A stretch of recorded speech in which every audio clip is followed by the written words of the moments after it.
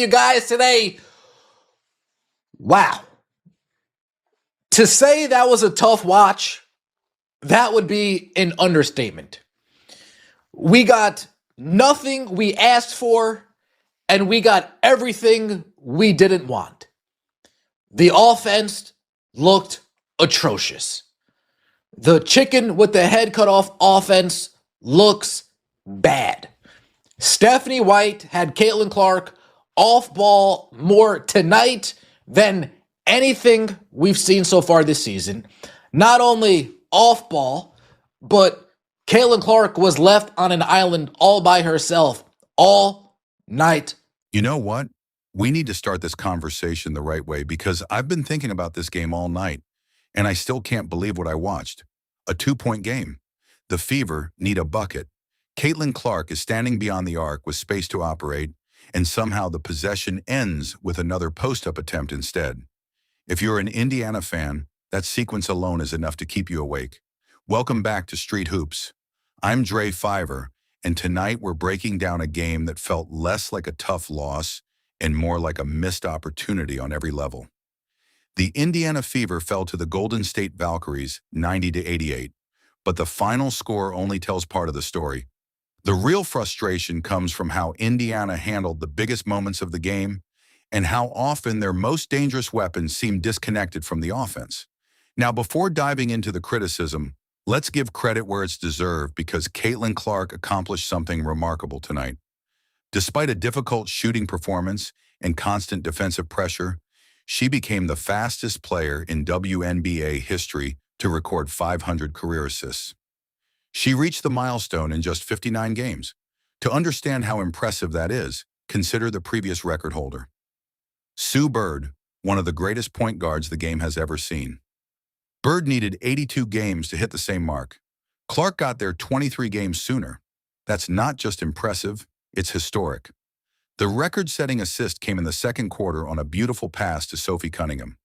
It looked effortless. The kind of play Clark makes so routinely that people almost forget how difficult it actually is. But records like this don't happen by accident.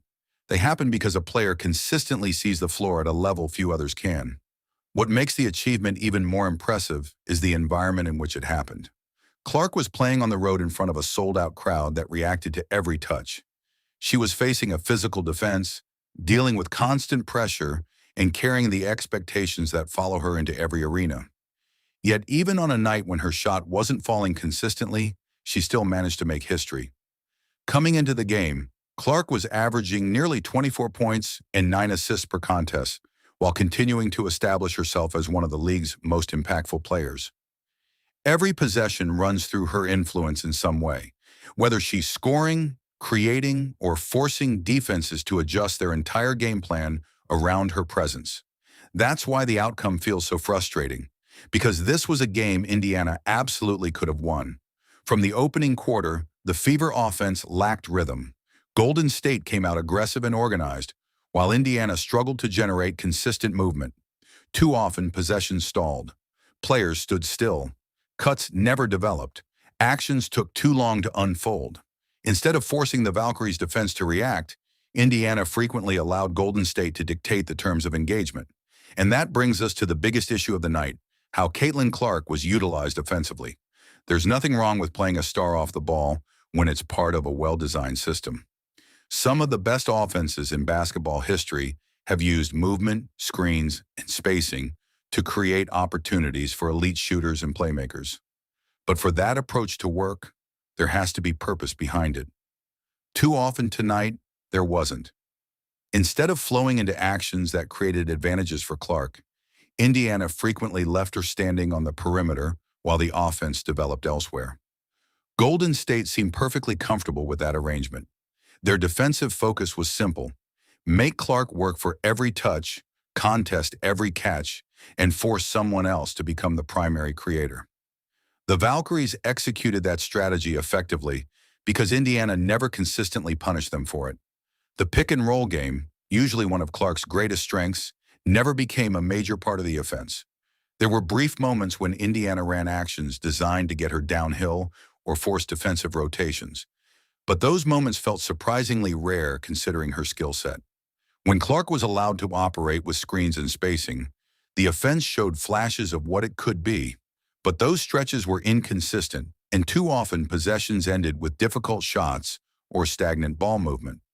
Meanwhile, Clark spent much of the evening battling through physical defense, creating opportunities out of broken possessions, and trying to generate offense in situations where the structure around her wasn't providing much help.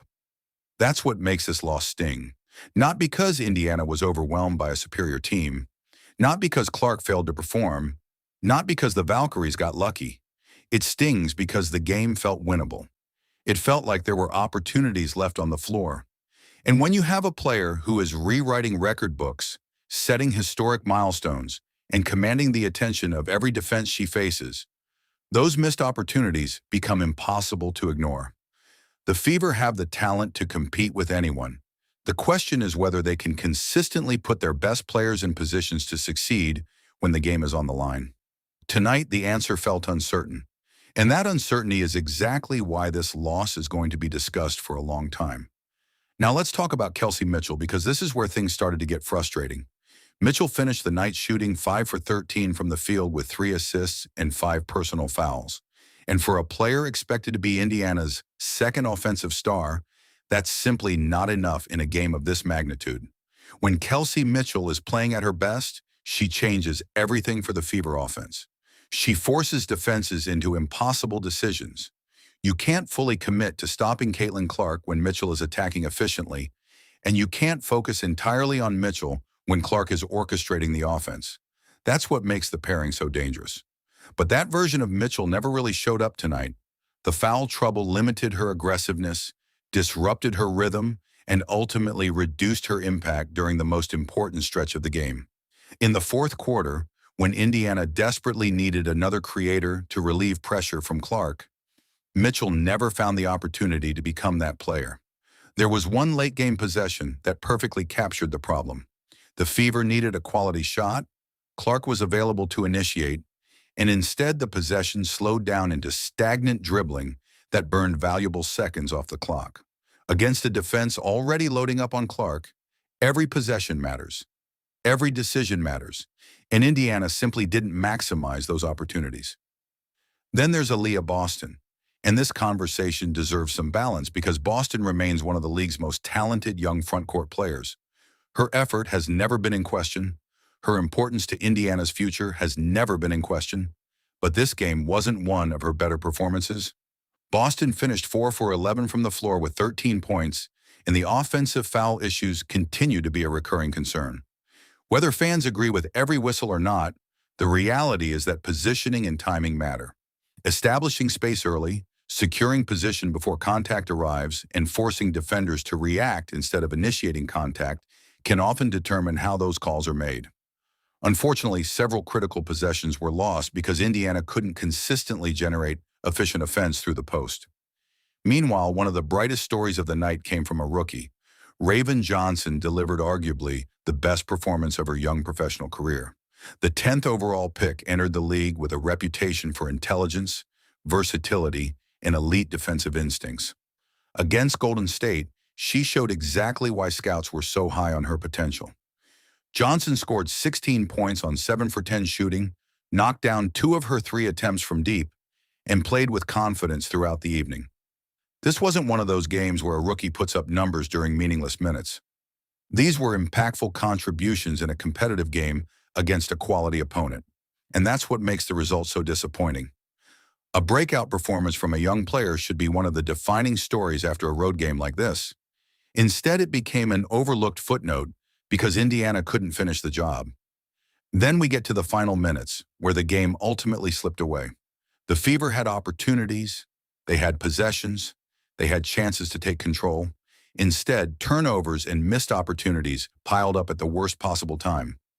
Clark committed a turnover with 1 minute and 32 seconds remaining. Another followed with just over a minute left. Later, she missed a three-pointer that could have dramatically changed the game's outcome. But reducing those possessions to individual mistakes ignores the larger picture. Late-game basketball isn't only about the player holding the ball, it's about spacing, it's about movement, It's about creating clean reads and forcing defenses into difficult choices. Too often, Indiana's offense appeared crowded and predictable. Rather than creating advantages, many possessions left Clark attempting to manufacture offense against multiple defenders with limited support around her. That brings us to the final sequence. After Sophie Cunningham's layup cut the deficit to 2 points, Indiana still had a chance. One timeout, one possession, one final opportunity. The Fever elected to go inside to Boston. Clark was positioned on the perimeter. The shot never came her way.